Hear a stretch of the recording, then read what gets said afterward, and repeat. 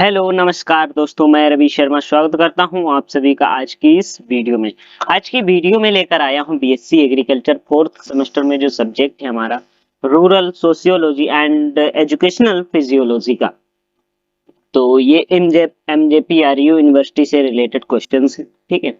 ये काफी महत्वपूर्ण है और यदि आप लोगों ने चैनल को सब्सक्राइब नहीं किया है तो सब्सक्राइब कर लीजिए, साथ में बेल आइकन को भी दबा लीजिए जिससे मैं जो वीडियो डालूं उसकी नोटिफिकेशन आपके पास सबसे पहले पहुंचे। तो ज्यादा देर ना लेते हुए वीडियो करते हैं स्टार्ट।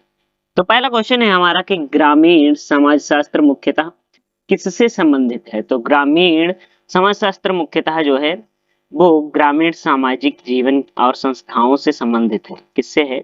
ग्रामीण सामाजिक जीवन और संस्थाओं से संबंधित है। फिर उसके बाद आता है अगला प्रश्न हमारा कि निम्नलिखित में से कौन सी ग्रामीण समाज की विशेषता है। तो इसमें से जो है कौन सी ग्रामीण समाज की जो है विशेषता है। तो इसका जो राइट आंसर हो जाएगा दोस्तों वो हो जाएगा हमारा व्यवसायिक व्यवसायों में एक रूपता। व्यवसायों में जो एक रूपता होती है वो क्या होती है? ग्रामीण समाज की विशेषता होती है, ठीक है।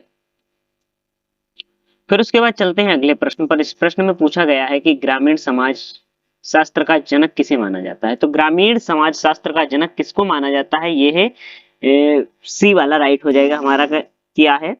पिट्रियम पिट्रिम सोरोकिन को माना जाता है। किसको माना जाता है समाज शास्त्र का जनक?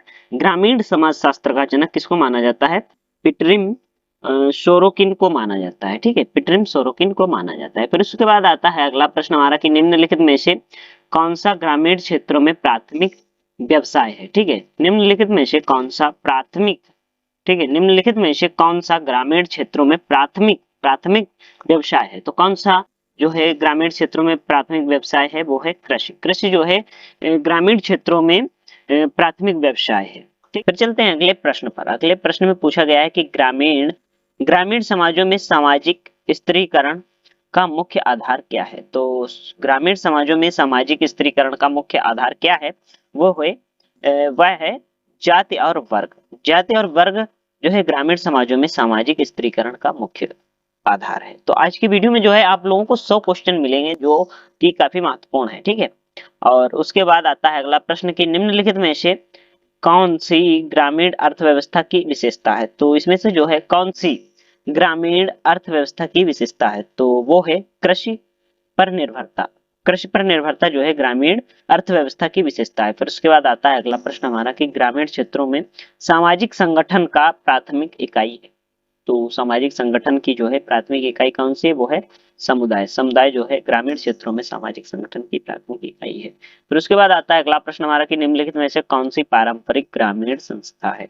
तो इसमें से जो है पारंपरिक जो है ग्रामीण संस्था कौन सी है? पंचायत। पंचायत जो है एक पारंपरिक ग्रामीण संस्था है। फिर उसके बाद आता है अगला प्रश्न हमारा कि निम्नलिखित में से शहरी प्रवास का मुख्य कारण क्या है। तो इसमें से जो है शहरी प्रवास का मुख्य कारण क्या है? वह है ग्रामीण क्षेत्रों में रोजगार के अवसरों की कमी, ठीक है। ग्रामीण क्षेत्रों में जो है रोजगार के अवसरों की कमी होती है। फिर उसके बाद आता है अगला प्रश्न हमारा। इसमें पूछा गया है कि निम्नलिखित में से कौन सी ग्रामीण संस्कृति की विशेषता है। तो इसमें से जो है कौन सी ग्रामीण संस्कृति की विशेषता है। तो कौन सी है? वो है मजबूत समुदाय बंधन, ठीक है। कौन सी है? मजबूत सामुदायिक बंधन, ठीक है। फिर उसके बाद आता है अगला प्रश्न हमारा। इसमें पूछा गया है कि ग्रामीण समाज में महिलाओं की क्या भूमिका है। तो ग्रामीण समाज में जो है महिलाओं की क्या भूमिका है बताया गया है कि मुख्य रूप से घरेलू और कृषि गतिविधियों में शामिल होती है महिलाएं, ठीक है। फिर उसके बाद आता है अगला प्रश्न हमारा कि इस प्रश्न में पूछा गया है निम्नलिखित में से कौन सी चुनौतियां ग्रामीण समाज के सामने है, ठीक है। तो इसका जो है राइट आंसर है दोस्तों वो है बुनियादी ढांचे की कमी है। कि चुनौती चुनौती ग्रामीण समाज के सामने आती है। कौन सी आती है? बुनियादी ढांचे की कमी जो है आती है। फिर उसके बाद आता है अगला प्रश्न हमारा। इसमें पूछा गया है कि ग्रामीण क्षेत्रों में आय का मुख्य स्रोत क्या है। तो ग्रामीण क्षेत्र में जो है आय का मुख्य स्रोत कौन सा है? वो है कृषि। कृषि और संबद्ध गतिविधि कौन सी है? कृषि और संबद्ध गतिविधियां है। फिर उसके बाद आता है अगला प्रश्न हमारा। इसमें पूछा गया है कि निम्नलिखित में से कौन सा ग्रामीण परिवार का कार्य है। तो इसमें से जो है कौन सा ग्रामीण परिवार का जो है कार्य है वो है आर्थिक उत्पादन। आर्थिक उत्पादन जो है ग्रामीण परिवार का कार्य है। फिर उसके बाद आता है अगला प्रश्न हमारा कि ग्रामीण समाज पर वैश्वीकरण का क्या प्रभाव है, ठीक है, ग्रामीण समाज पर वैश्वीकरण का जो है क्या प्रभाव है, तो इसका जो है राइट आंसर हो जाएगा वो हो जाएगा पारंपरिक व्यवसाय में गिरावट, ठीक है, पारंपरिक व्यवसाय में गिरावट। फिर उसके बाद आता है अगला प्रश्न हमारा, इसमें पूछा गया है कि निम्नलिखित में से कौन सी ग्रामीण शिक्षा की विशेषता है, तो निम्नलिखित में से जो है कौन सी ग्रामीण शिक्षा की विशेषता है, वो है गुणवत्तापूर्ण शिक्षा तक पहुंच का अभाव। तो ग्रामीण शिक्षा की विशेषता क्या है, गुणवत्तापूर्ण शिक्षा तक पहुंच का अभाव, ठीक है। फिर उसके बाद आता है अगला प्रश्न कि ग्रामीण विकास में सहकारी समिति की क्या भूमिका है, तो ग्रामीण विकास में सहकारी समिति की क्या भूमिका है, इसका जो है राइट आंसर हो जाएगा वो हो जाएगा कृषि उत्पादकता बढ़ाना, ठीक है। ग्रामीण विकास में सहकारी समितियों की क्या भूमिका है कि कृषि उत्पादन को बढ़ाना, ठीक है। फिर उसके बाद आता है अगला प्रश्न हमारा, इस प्रश्न में दोस्तों पूछा गया है कि निम्नलिखित में से कौन सा पारंपरिक ग्रामीण व्यवसाय है, तो कौन सा जो है पारंपरिक ग्रामीण व्यवसाय है वो है मिट्टी के बर्तन, ठीक है। पारंपरिक ग्रामीण व्यवसाय क्या है, मिट्टी के बर्तन। फिर उसके बाद आता है अगला प्रश्न हमारा कि निम्नलिखित में से ग्रामीण विकास कार्यक्रमों का मुख्य उद्देश्य क्या है, तो इसमें जो है ग्रामीण क्षेत्रों में जीवन की गुणवत्ता में सुधार जो है ग्रामीण विकास कार्यक्रमों का मुख्य उद्देश्य है। फिर उसके बाद आता है अगला प्रश्न हमारा कि निम्नलिखित में से कौन सी ग्रामीण समाज परिवर्तन की विशेषता है, तो इसका जो है राइट आंसर दोस्तों हो जाएगा वो हो जाएगा धीमा और क्रमिक परिवर्तन, ठीक है। कौन सा हो जाएगा, धीमा और क्रमिक परिवर्तन जो है ग्रामीण समाज परिवर्तन की विशेषता है। फिर उसके बाद आता है कि इसमें दोस्तों बताया गया है कि 21 से 30 तक क्या है कि ग्रामीण सामाजिक संरचना से रिलेटेड जो है ये 21 से 30 तक क्वेश्चन है, ठीक है। 21 से 30 तक ग्रामीण ग्रामीण सामाजिक संरचना से रिलेटेड क्वेश्चंस, ठीक है। इसमें पूछा गया है कि ग्रामीण सामाजिक संरचना का प्राथमिक आधार क्या है, तो ग्रामीण सामाजिक संरचना का प्राथमिक आधार क्या है, वो है जाति व्यवस्था, क्या है, जाति व्यवस्था, ठीक है। फिर उसके बाद पूछा गया है दोस्तों अगला प्रश्न, इसमें पूछा गया है कि निम्नलिखित में से कौन ग्रामीण रिश्तेदारी की विशेषता है, तो निम्नलिखित में से कौन सी ग्रामीण रिश्तेदारी की विशेषता है, वो क्या है, संयुक्त परिवार प्रणाली है, क्या है, संयुक्त परिवार प्रणाली है रिश्तेदारी की विशेषता। फिर उसके बाद आता है अगला प्रश्न हमारा कि निम्नलिखित में से ग्रामीण समाज में जाति की क्या भूमिका है, तो इसमें से जो है जाति की भूमिका कौन सी है ये पूछा गया है, तो इसका जो है राइट आंसर हो जाएगा दोस्तों कि सामाजिक पदानुक्रम निर्धारित करती है, क्या करती है, सामाजिक पदानुक्रम निर्धारित करती है। फिर उसके बाद आता है अगला प्रश्न हमारा कि निम्नलिखित में से कौन ग्रामीण नेतृत्व की विशेषता है, तो इसमें से जो है कौन सी ग्रामीण नेतृत्व की विशेषता वो कौन सी है, वो है पारंपरिक अधिकार, पारंपरिक अधिकार जो है ग्रामीण नेतृत्व की विशेषता है। फिर उसके बाद आता है अगला प्रश्न, इसमें पूछा गया है कि ग्रामीण पंचायत का मुख्य कार्य क्या है, तो ग्रामीण पंचायत का जो है मुख्य कार्य है कि स्थायी शासन, कैसा है, स्थायी शासन है।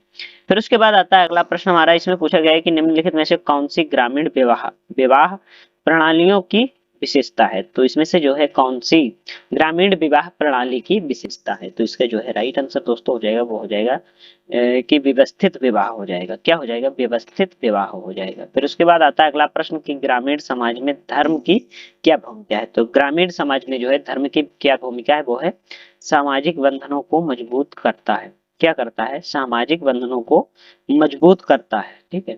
फिर उसके बाद आता है अगला प्रश्न हमारा कि निम्नलिखित में से कौन कौन ग्रामीण त्योहारों की विशेषता है, तो निम्नलिखित में से जो है कौन ग्रामीण त्योहारों की विशेषता कौन सी है, वो है सामुदायिक सामुदायिक भागीदारी है, क्या है, सामुदायिक सामुदायिक भागीदारी है, ठीक है। फिर उसके बाद आता है अगला प्रश्न हमारा, इसमें पूछा गया है कि ग्रामीण गरीबों की मुख्य कारण क्या है, तो ग्रामीण गरीबों का जो है मुख्य कारण क्या है, वो है संसाधन तक पहुंच की कमी है, क्या है, संसाधनों तक पहुंच की कमी है। फिर उसके बाद पूछा गया है कि निम्नलिखित में से कौन सी ग्रामीण स्वास्थ्य प्रणाली की विशेषता है, तो इसमें से जो है कौन सी ग्रामीण स्वास्थ्य प्रणाली की विशेषता है, तो वो क्या है, स्वास्थ्य सेवा की बुनियादी ढांचे में के बुनियादी ढांचे की कमी है, ठीक है।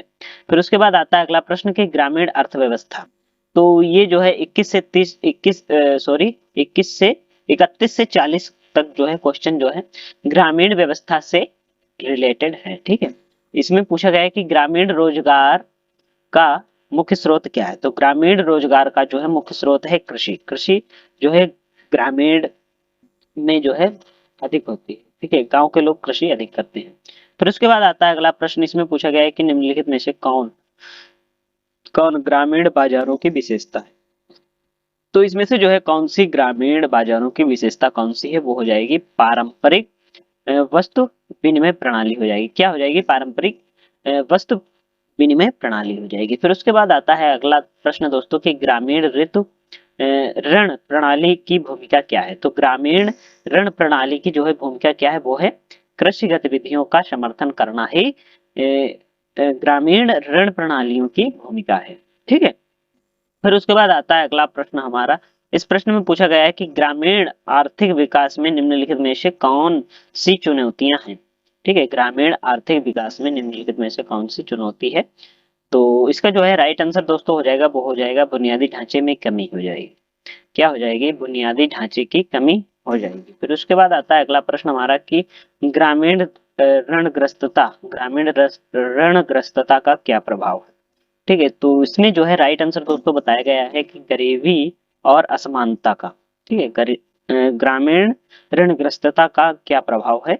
गरीबी और असमानता का मुख्य प्रभाव है। फिर उसके बाद आता है अगला प्रश्न हमारा कि कौन निम्नलिखित में से कौन ग्रामीण श्रम की विशेषता है। तो इसमें से जो है कौन सी ग्रामीण श्रम की विशेषता है। तो इसका जो है राइट आंसर दोस्तों हो जाएगा, वो हो जाएगा मौसम रोजगार, ठीक है। मौसम रोजगार जो है ग्रामीण श्रम की विशेषता है। फिर उसके बाद आता है अगला प्रश्न कि ग्रामीण सहकारी समितियों की भूमिका क्या है। तो ग्रामीण सहकारी समितियों की जो है भूमिका है कृषि उत्पादकता बढ़ाना, ठीक है। ग्रामीण समितियों की भूमिका है कि कृषि उत्पादकता को बढ़ाना। फिर उसके बाद आता है अगला प्रश्न, इसमें पूछा गया है कि निम्नलिखित में से कौन सी ग्रामीण भूमि स्वामित्व की विशेषता है। तो इसमें से जो है कौन सी ग्रामीण भूमि स्वामित्व की विशेषता है। तो इसका जो है राइट आंसर हो जाएगा कुछ हाथों में संकेंद्रण, ठीक है, कुछ हाथों में संकेंद्रण। फिर उसके बाद आता है अगला प्रश्न हमारा कि ग्रामीण बेरोजगारी का मुख्य कारण क्या है। तो ग्रामीण जो है बेरोजगारी का मुख्य कारण क्या है? कृषि अवसरों की कमी है,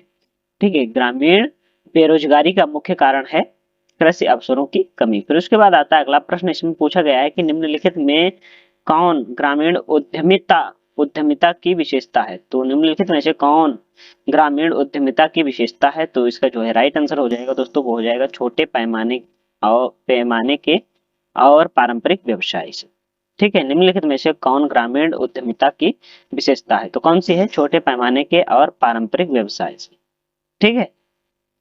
फिर उसके बाद आता है दोस्तों 41 से 50 क्वेश्चन है, ठीक है। 41 से 50 तक क्वेश्चन है जिसमें ग्रामीण विकास से रिलेटेड क्वेश्चन है, ठीक है।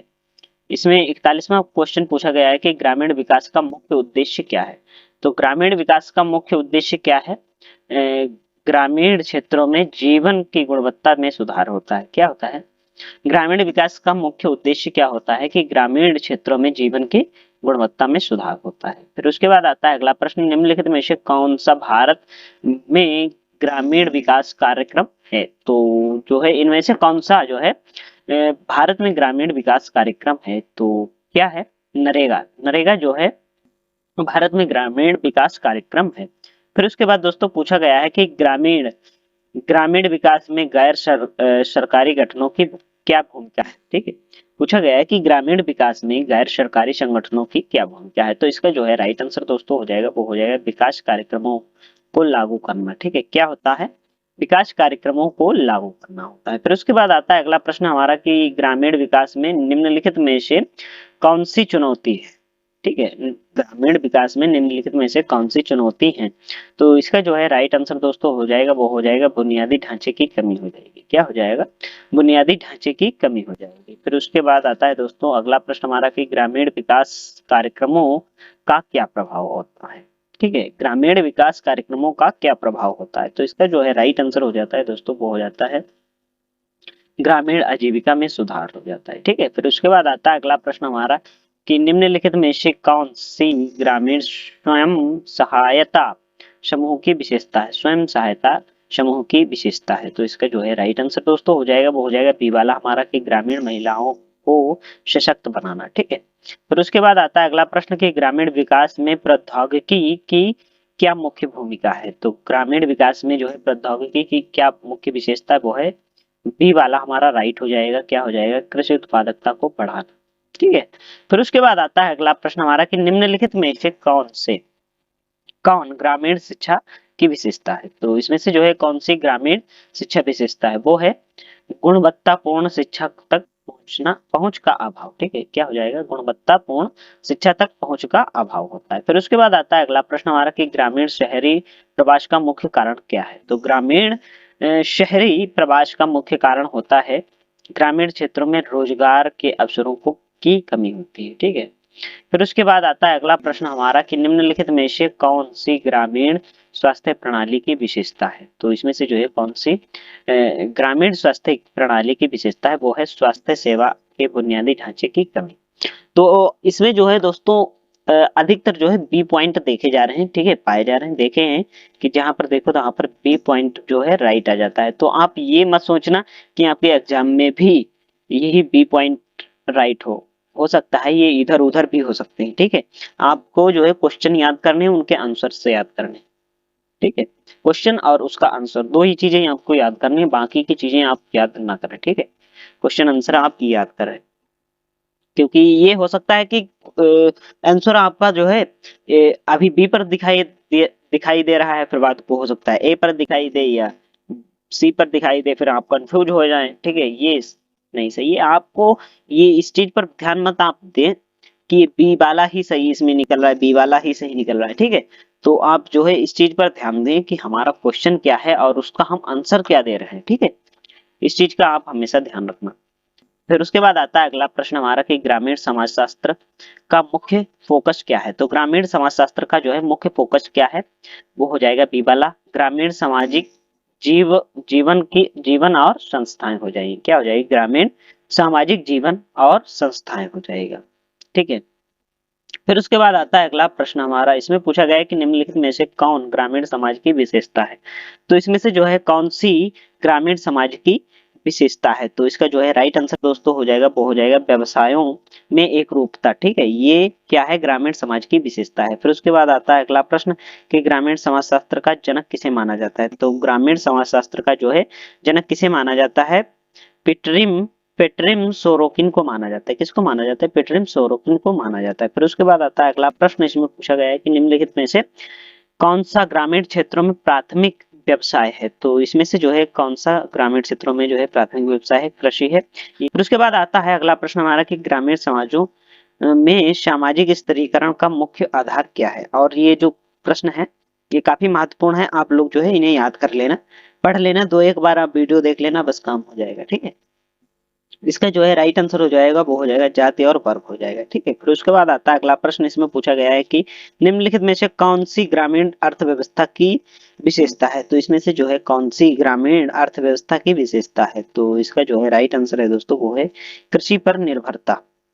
ठीक है, फिर उसके बाद आता है अगला प्रश्न, इसमें पूछा गया है कि ग्रामीण क्षेत्रों में सामाजिक संगठन की प्राथमिक प्राथमिक इकाई है। तो ग्रामीण क्षेत्रों में सामाजिक गठन की जो है प्राथमिक इकाई कौन सी है, वो है समुद्र। ठीक है, क्या है, समुदाय है, सॉरी दोस्तों, समुदाय है। ठीक है, फिर उसके बाद आता है अगला प्रश्न हमारा कि निम्नलिखित में से कौन सी एक पारंपरिक ग्रामीण संस्था है। तो निम्नलिखित में से कौन सी एक जो है ग्रामीण पारंपरिक संस्था है, वो क्या है, पंचायत। ठीक, फिर उसके बाद आता है अगला प्रश्न हमारा कि ग्रामीण शहरी शहरी ठीक है प्रवास ग्रामीण शहरी प्रवास का मुख्य कारण क्या है।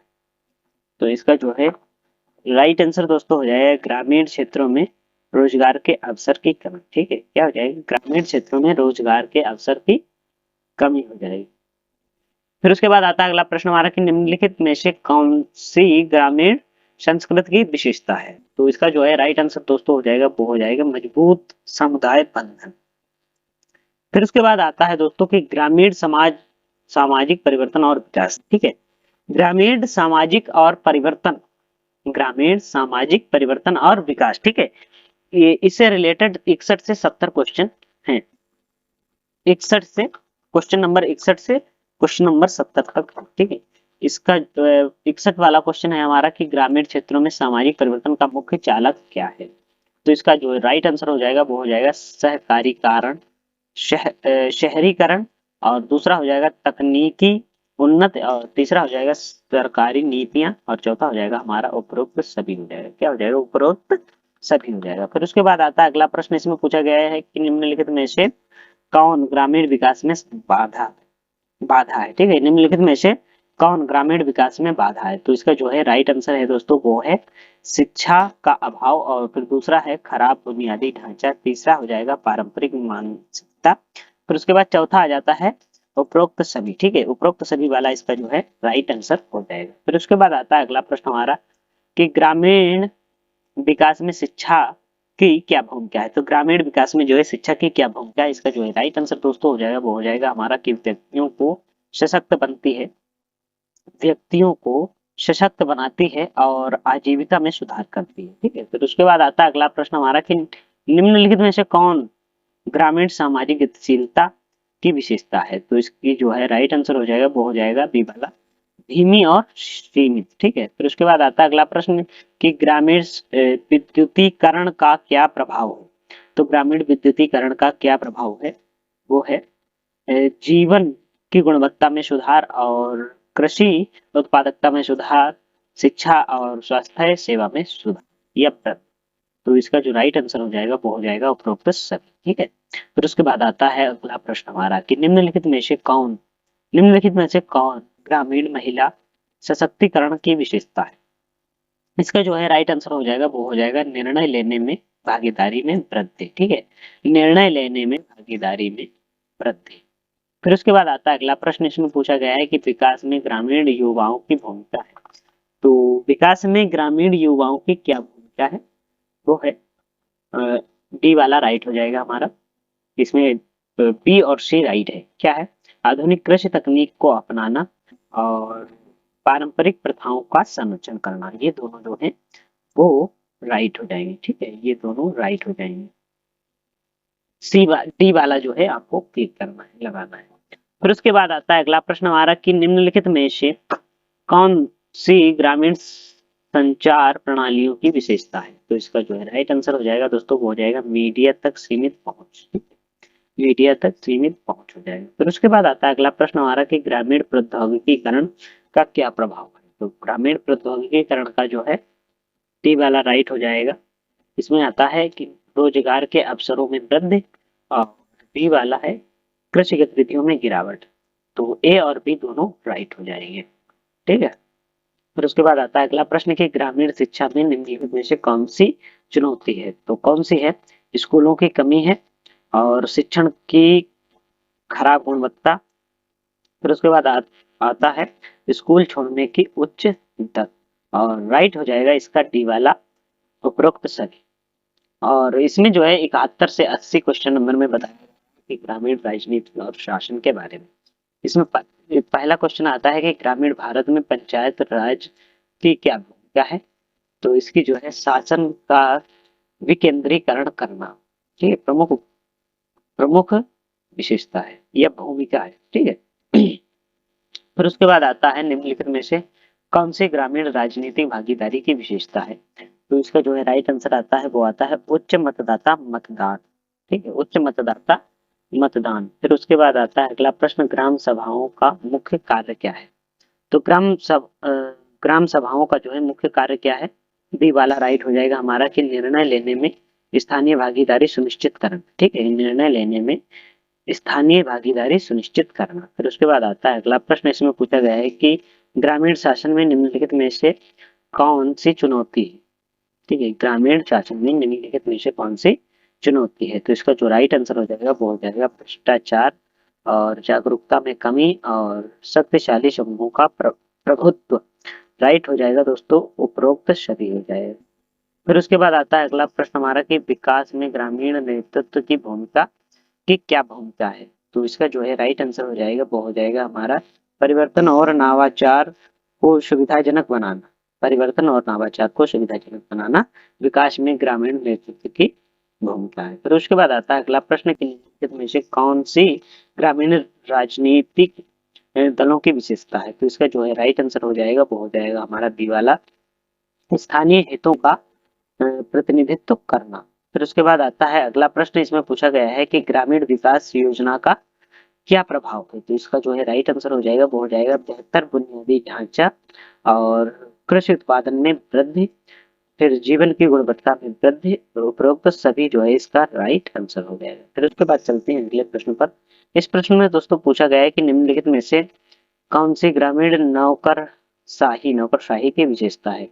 तो निम्नलिखित में से कौन सी ग्रामीण नौकरशाही की विशेषता है, वो है बी वाली, जवाबदेही का अभाव है। क्या है, जवाबदेही का अभाव है। फिर उसके बाद आता है अगला प्रश्न हमारा कि ग्रामीण राजनीति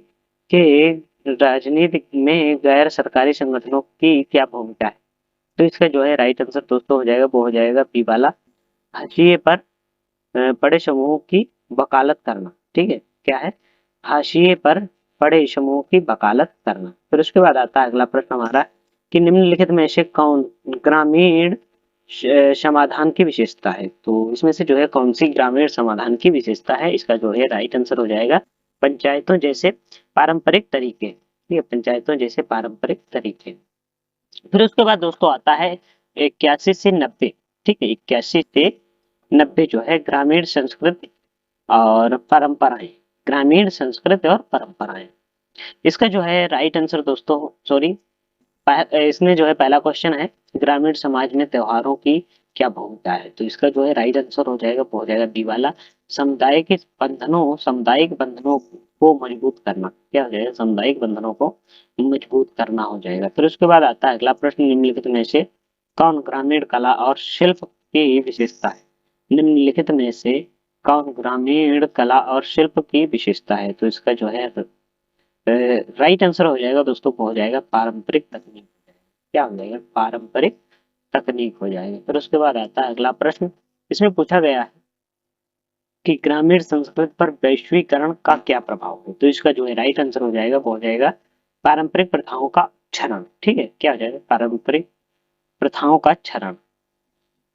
फिर उसके बाद आता है अगला प्रश्न कि निम्नलिखित में से कौन ग्रामीण लोक कथाओं की विशेषता है। तो निम्नलिखित में से कौन ग्रामीण लोक कथाओं की विशेषता कौन सी है, वो है मौखिक है। कैसी है, मौखिक संचरण है। कैसी है, मौखिक संचरण है। फिर उसके बाद आता है अगला प्रश्न कि ग्रामीण समाज में धर्म की जो है क्या भूमिका है। तो ग्रामीण समाज में धर्म की क्या भूमिका है, इसका जो है राइट आंसर हो जाएगा वो हो जाएगा सामाजिक बंधनों को मजबूत करता है।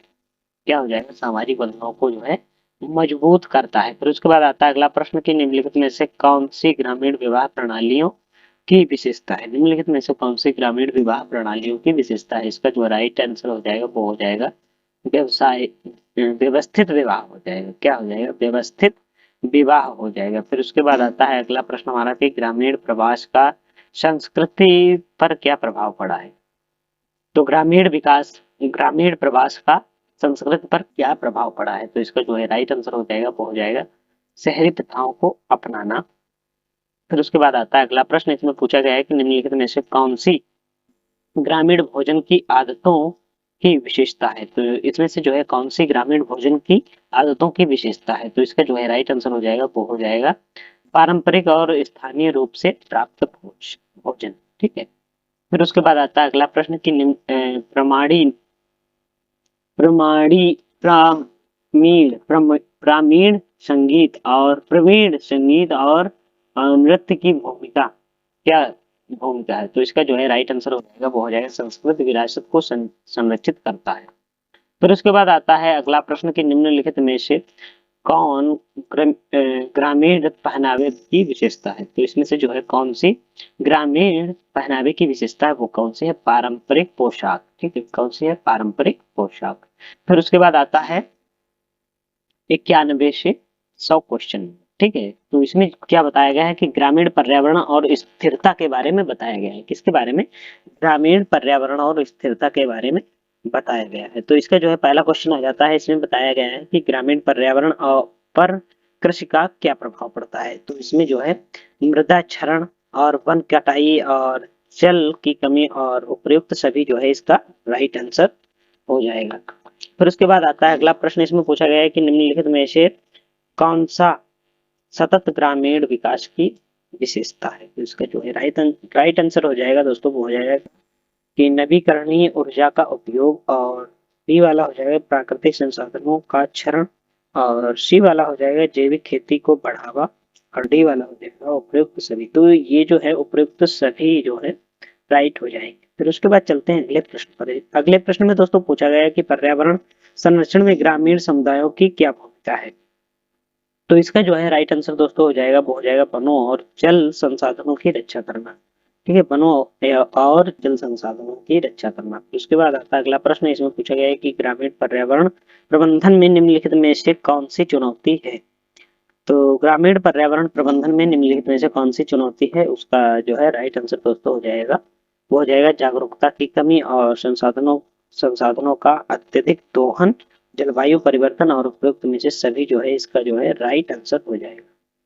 फिर उसके बाद आता है अगला प्रश्न कि ग्रामीण औद्योगिकीकरण का पर्यावरण पर क्या प्रभाव पड़ता है। तो इसका जो है राइट आंसर हो जाएगा, वो हो जाएगा प्रदूषण, वनों की कटाई, जैव विविधता की हानि, उपरोक्त में से सभी जो है इसका राइट आंसर हो जाएगा। फिर उसके बाद आता है अगला प्रश्न हमारा। इस प्रश्न में पूछा गया है कि निम्नलिखित में से कौन ग्रामीण जल प्रबंधन की विशेषता है। तो इसमें से जो है कौन सी ग्रामीण जल प्रबंधन की विशेषता है। तो इसका जो है राइट आंसर है वो है पारंपरिक सिंचाई विधि। ठीक है, पारंपरिक सिंचाई विधि जो है इसकी ग्रामीण जल प्रबंधन की विशेषता है। फिर उसके बाद आता है अगला प्रश्न कि पर्यावरण स्थिरता में ग्रामीण महिलाओं की क्या भूमिका है। तो इसका राइट आंसर दोस्तों हो जाता है, वो हो जाता है प्राकृतिक संसाधनों का प्रबंधन करना। ठीक है, फिर उसके बाद आता है अगला प्रश्न। इसमें पूछा गया है कि निम्नलिखित में से कौन ग्रामीण अपशिष्ट प्रबंधन की विशेषता है। तो इसका जो है राइट आंसर हो जाएगा, वो हो जाएगा पारंपरिक खाद बनाने की विधियां। ठीक है, पारंपरिक खाद बनाने की विधियां जो है। फिर उसके बाद आता है अगला प्रश्न हमारा कि ग्रामीण समाज और जलवायु परिवर्तन का क्या प्रभाव है। तो ग्रामीण समाज पर जलवायु परिवर्तन का क्या प्रभाव है। तो इसका जो है राइट आंसर हो जाएगा, वो हो जाएगा कृषि उत्पादकता में कमी, और प्रवास में वृद्धि, पानी की कमी, उपयुक्त में से सभी जो है इसका राइट आंसर हो जाएगा। फिर उसके बाद आता है लास्ट क्वेश्चन दोस्तों। इसमें पूछा गया है कि निम्नलिखित में से कौन सी ग्रामीण ऊर्जा उपयोग की विशेषता है। तो इसका जो है राइट आंसर हो जाएगा, वो हो जाएगा नवीकरणीय ऊर्जा स्रोतों का उपयोग। कैसा हो जाएगा, नवीकरणीय ऊर्जा स्रोतों का उपयोग हो जाएगा। ठीक है, ये इसका राइट आंसर हो जाएगा। आप लोगों को आज की ये वीडियो कैसी लगी है कमेंट बॉक्स में जरूर बताइए, और वीडियो को लाइक नहीं किया तो लाइक कर दीजिए। अगर अभी तक चैनल को सब्सक्राइब नहीं किया तो सब्सक्राइब कर लो दोस्तों, क्योंकि मैं बहुत ही इंपॉर्टेंट वीडियो जो है इसी सब्जेक्ट से रिलेटेड डालने वाला हूँ। अगर वो आप लोगों ने वीडियो देख ली है तो तब तो आपको कल्याण हो जाएगा। ठीक है, तब आपका कल्याण हो जाएगा, ये समझ लो। एक वीडियो देख लो, उसमें से लगभग कितना भी कम क्वेश्चन आ जाए तो 10 से 15 क्वेश्चन उससे आ जाएंगे। ठीक है, आप लोगों को वीडियो कैसा लगा कमेंट बॉक्स में बताइए, और मिलते हैं किसी नेक्स्ट वीडियो में। तब तक के लिए जय हिंद, जय भारत, राम राम।